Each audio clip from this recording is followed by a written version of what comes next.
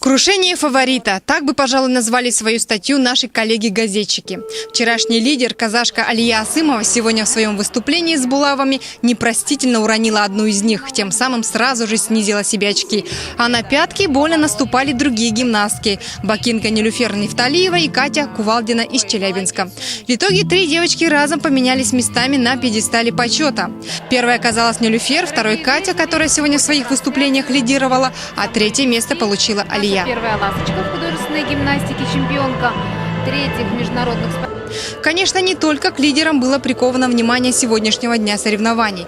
Одной из самых маленьких и миниатюрных гимнасток оказалась участница из Монголии, которая, кстати, впервые находится на международных соревнованиях и за границей вообще. Довольна ли ты своим выступлением?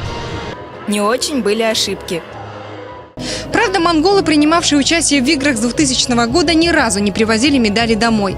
Но главное не победа, а опыт. Вот и эти девочки записывают выступления своих конкуренток на видео, чтобы позднее поучиться на живом примере.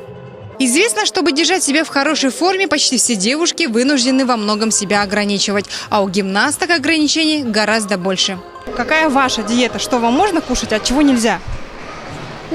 Меньше сладкого, такие вещи, газировки, они от них отправляются.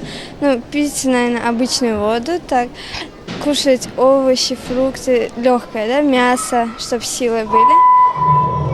Наша сборная сделала ставку на нерингринку Аню Болтаевскую, которая к радости якутских болельщиков по итогам 2 дней попала в завтрашний финал. Ей удалось удержаться на 8-й строчке зачета, даже несмотря на примитивную ошибку.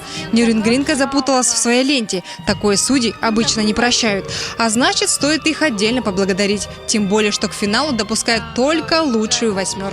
Девчонки, как настроение? Хорошо. Аня, я видела, ты немножко расстроилась. Было. Сейчас как ты?